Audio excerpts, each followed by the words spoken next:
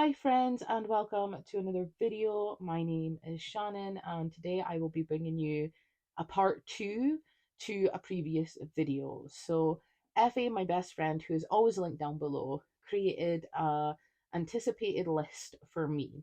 So they picked 10 books that was coming out in the second half of the year that they thought I would be interested in. So on screen there will be the 10 picks that Effie thought that I would be interested in. And out of these 10 books, I picked three. And I originally picked New Adult, Mr. Magic, and Dark Sea Shallow Moon. Unfortunately, Dark Sea Shallow Moon was very hard to get my hands on, so we decided to swap it out for I Feed Her to the Beast and the Beast is Me. So my reasoning for picking these was Mr. Magic was a second chance for me. I had read Hyde by Kirsten White last year and was sorely disappointed. And I had already had this on an anticipated list, a second chance list. And I decided to go with this one because it was one I already had interest in. Right off the bat, I did not like this. And unfortunately, it kind of replicated my disappointment from last year when I read Hyde. This was a story about a kind of like a cursed TV show. There was this children's TV show where children's imaginations rule the show. And no one can really find any recordings or any like reruns or anything of this show. It was such an elusive show that kids remembered and the cast members remembered, but there was no actual documentation of this show. So it was like kind of like a secret, a conspiracy theory. So ultimately, I thought this book was going to be these cast members going back to the filming area and spooky things would happen. I thought it would lean more paranormal, maybe a little bit ghosts or, something that was like maybe a demon that had been controlling the show behind the scenes. And like, I had so much hope for this. It was kind of giving me like, do you know like the is it the Poltergeists films or the Exorcist films? There is a film franchise that people says weird things went on during filming. If I can find that, I will like leave it on screen or link it down below. Maybe I'm just like remembering things wrong, but I just thought it was going to be like something like that. This elusive TV show, these cast members go back and these secrets start to be revealed, and even though it did do that, it just didn't hit. Unfortunately, this was too similar to Hyde for me. I'm gonna spoiler tag that. Hold on, hold on. I've just said a spoiler and I should probably spoiler tag that. So I'm gonna go into a little bit of spoilers here. If you don't want to be spoiled for this book, then please wait until the spoiler tag is off screen. So essentially, the comparison between Hyde and Mr. Magic was there was an entity of some sort, a beast of some sort, that never really got fully fleshed out and it was hungry. In Hyde, it was hungry for, the deals and the souls, and in this, it was hungry for the children's imagination. It gave it power, which was Mr. Magic. Mr. Magic was the whole, like, point of the show. He was the thing that made the show magical, but in reality, it wasn't actually, Mr. Magic. It was the beast that was hungry for the children's imaginations. I did not like this. It was too similar to Hyde, and the reveal was like, really? Like, that was the reveal of Hyde that let me down because I wanted Hyde so much to be like a spooky carnival, and it wasn't. And then this, I wanted it to be like a cursed, haunted set, but it wasn't. Both of them were beasts or like entities that didn't really get fleshed out, that was just hungry for something or other. I was iffy on the characters. I didn't really think that I liked anyone in particular. They were fine. They moved the story along fine, but I didn't really like any of them. So I had no investment in this story. I didn't really like the characters. I didn't really like the way the plot went. I just think that unfortunately Kirsten White is not a horror author for me. This was a second chance. I've gave both of them a 2 stars, and to be fair, probably should be given this one a 1 star because the only way I made it through this book is because I listened to the audiobook.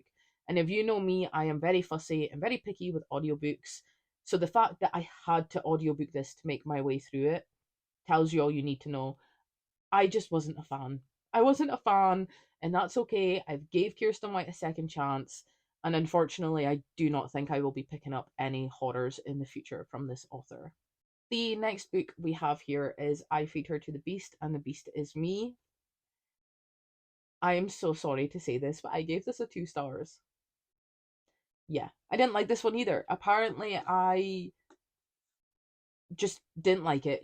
This follows Lore, who is in the cutthroat world of ballet, and she wants to succeed. She is ambitious and driven, and she goes to the Paris catacombs and makes a deal with a beast in a river or something or other. And I just didn't like it. Like, the writing was good. The writing is what saved this for me from being a 1 star. And I would be interested to see where this author goes with her writing in the future. But I just did not like this. Like, unfortunately, straight off the bat, once we got into the story, there was a lot of character names dropped, like in the first 5 chapters, and I was like, am I meant to remember all of these characters? Because I've already forgotten. And then there was a lot of ballet terms, which of course are going to be used in a story like this, but to have it all dropped in the first 5 chapters kind of put me off on a bad foot because I was bored and I just didn't connect with the story, unfortunately. And I do really like the main character though. Laura was like cutthroat, ambitious, driven. Like, Laura and the writing was what saved this from being a 1 star. That alone, I wasn't a fan of the plot. I wasn't a fan of.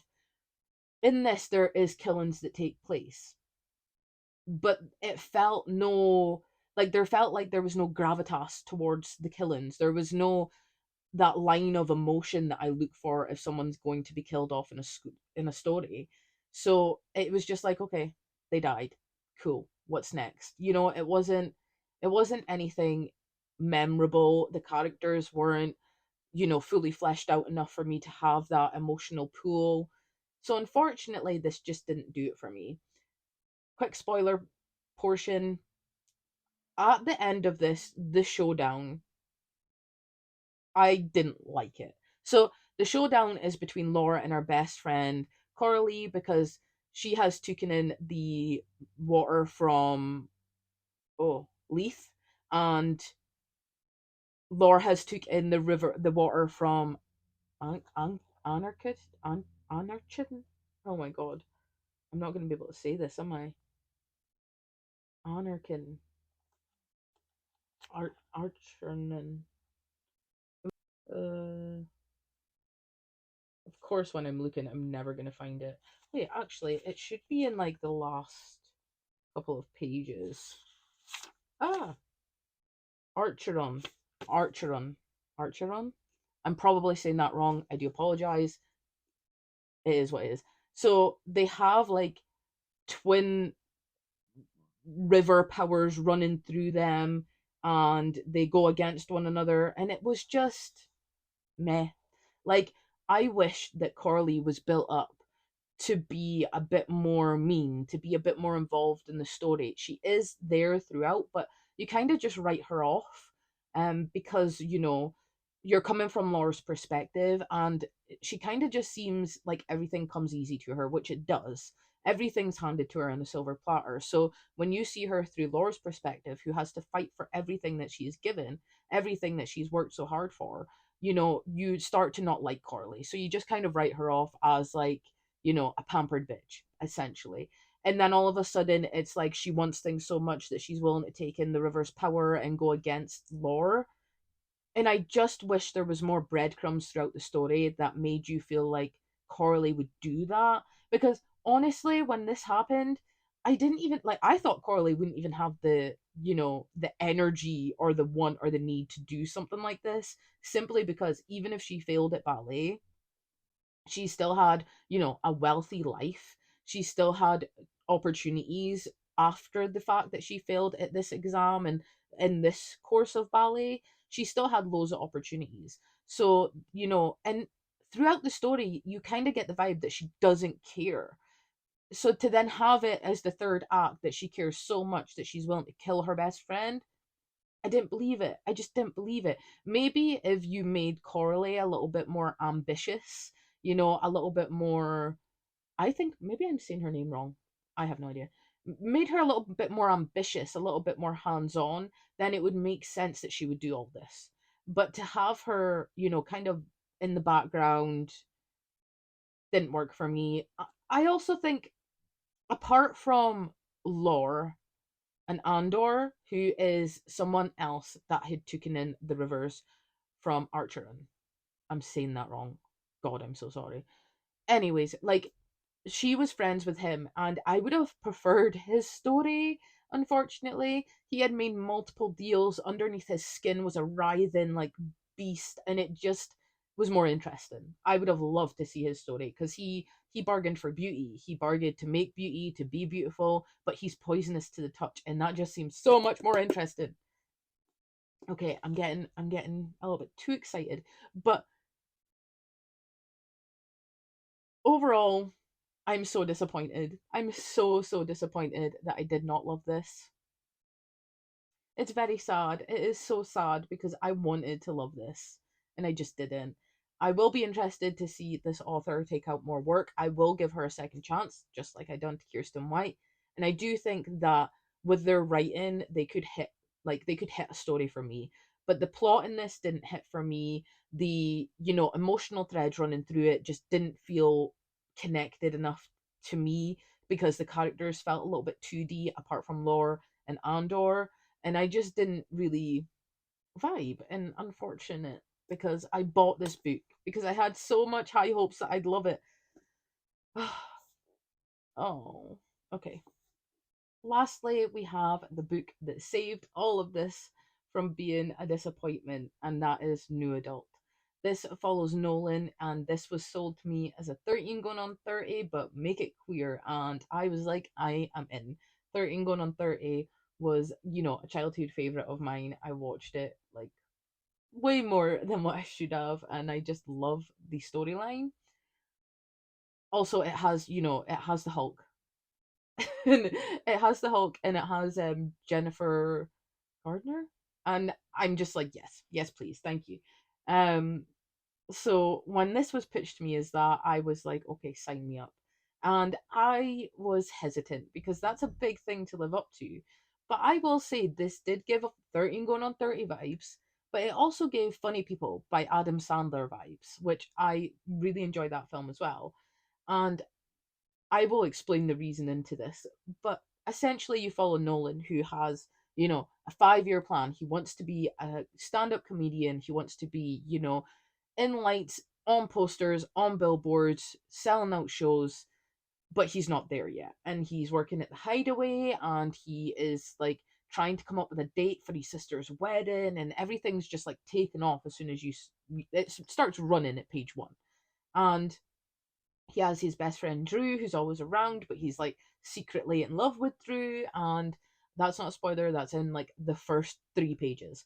So you follow him as he makes all these wrong decisions, and then he gets a gift bag that has crystals in them. He goes to sleep, he wakes up one day at 23. He goes to sleep one day at 23 and wakes up 30, 7 years later, 7 years in the future.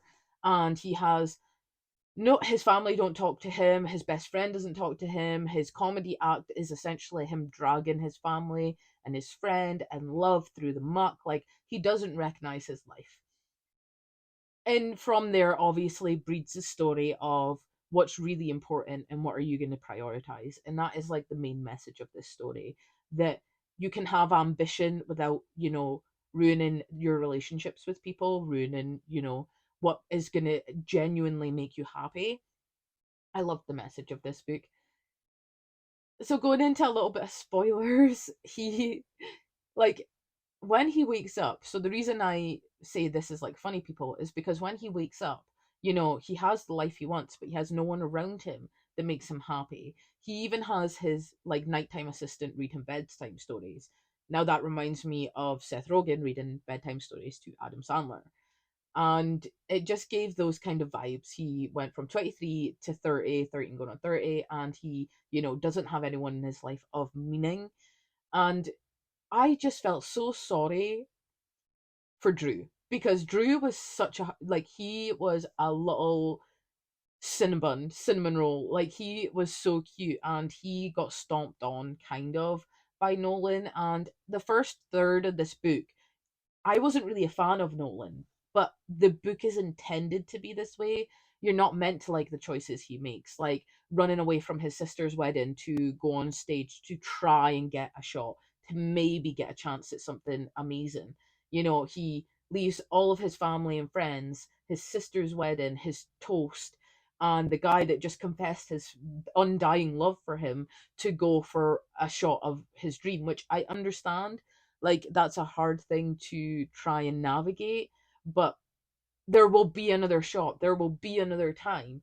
There's potentially not going to be another time that you can fall in love with your best friend or speak at your sister's wedding. Like, those are the important things. So for the first third of this book, you're really like, Nolan, like, come on, like, balance it out, have some kind of balance. You don't need to be like ambitious enough that you step on and hurt everyone's feelings in your life. Then in the middle of the book, as he's going through his transition, you kind of see that, like, that shell fall away, and him realize that the mistakes that he's made, and that, like, not everything is worth giving up in order to succeed. The overall feeling of this story was just, it was such a good message. Like, fame and success and money and things like this, yeah, okay, can make you happy, but is it going to make you happier than having loving family around you, falling in love with your potentially life partner, creating a space that is safe and warm? Is that, like, is that more important than the ambition? Or can the two go hand in hand? Can you be ambitious and still put a priority on your loved ones? And I loved everything about this. I loved the message it gave. I loved the fact that I didn't really like Nolan, and then I started to really enjoy him. I will say that there is a company called Dupe in this, which is a wellness company, but they were the ones that gave him the crystals. And spooky things obviously entailed. So I would be very interested in a story about what actually, like, what Dupe was actually doing. Like, give me another story where these, like, this company is involved and, like, weird things are going on behind closed doors, because that was a very interesting, like, subplot in there that didn't really get explored, which I wish did a little bit more. And, like, yeah, this just gave me the warm, happy, fuzzy feelings, and I will be reading. This is actually like book three, and I think a companion series. So I will be going back and reading book one and two, because I just enjoyed this and want to return to this author's writing and see what other love stories he concocts.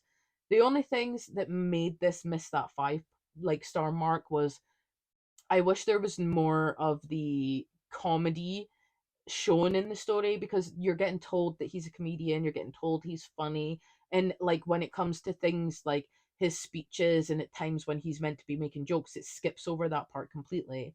And it would have been fun to have, a little bit of this, even if it was one scene where you get one stand-up comedy, like, interlude. That would have been so nice to see in here. Also, again, because there was things that I would have liked to see more of. I would have liked to see more of Dupe.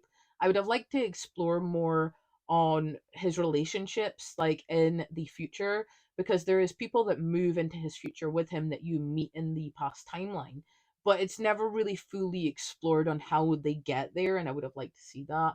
But yeah, overall, gave this 4 stars. Will be returning to the book one and book two in this series.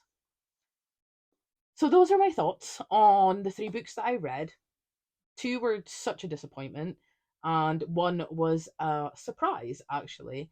So I guess from what I've read so far, the anticipated list Effie gave me hasn't really worked out in my favour. But I do have 3 books that I still have interest in. So This Pact Is Not Ours, I have interest in. I still want to read Dark Sea, Shallow Moon, and there was another one, and now I'm forgetting what it was. Oh, Marble Queen. So this will all be on screen. So these are the 3 books that I read and the 3 books that I still have interest in. I would really like to get to these at some point. and maybe I can do like a third follow up to this and tell you how I got on with those three. Maybe me and Effie will do this again now that it's a new year. Maybe we can, return to Effie picking out. Maybe we can reverse it. Maybe I can pick out, 10 books that I think Effie would be interested in, and they pick three that we buddy read and see if we have better, well, if I have a better experience reading things I think Effie would like than what I think Effie likes for me. That sounded so confusing. I hope you understand what I'm saying. So, Effie, if you want to do this again, if you want to do it the same way we've done it, or if you want to reverse it and I do it for you, let me know and we can team up again and try some buddy reads and try this video again. I had so much fun and I am so, so excited to see your thoughts on these three books. If you have not watched Effie's video, it will be linked in the description for you to go watch. I don't know what their thoughts are on these books. It's going to be a surprise to me too. So if you liked hearing my thoughts, head over there so you can hear Effie's thoughts. And I'm going to be doing the same as soon as it goes live because I'm so excited. And yeah, I am actually, it's the 23rd right now. So we're doing Christmas Eve at the Christmas market. So I'm actually like a way to get ready to leave, which is why this has been like a quick, maybe not great video, but I still have like so many things to film and very little time to do it because I have like we're out tonight and then we're in tomorrow, but we're out for Christmas Day and then my birthday's on the 26th. And then I'm back to work 28th, 29th, and then like I'm out for New Year, so like I have to find time to like film in between all of those things.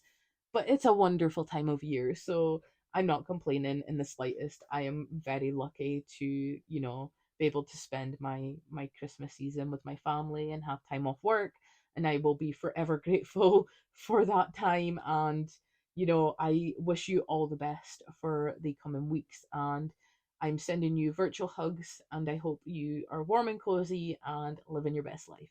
Thank you so very much for watching. I hope you liked this video. If you've read any of these books, let me know your thoughts in the comments. Spoiler free, of course. We don't like to spoil without warning in this channel. Or if you're going to spoil, then like tag it so people know, please. And yeah, oh, I have so much to do. Thank you so very much for watching. Remember to stay safe, happy, and healthy, and I will see you next time. Bye.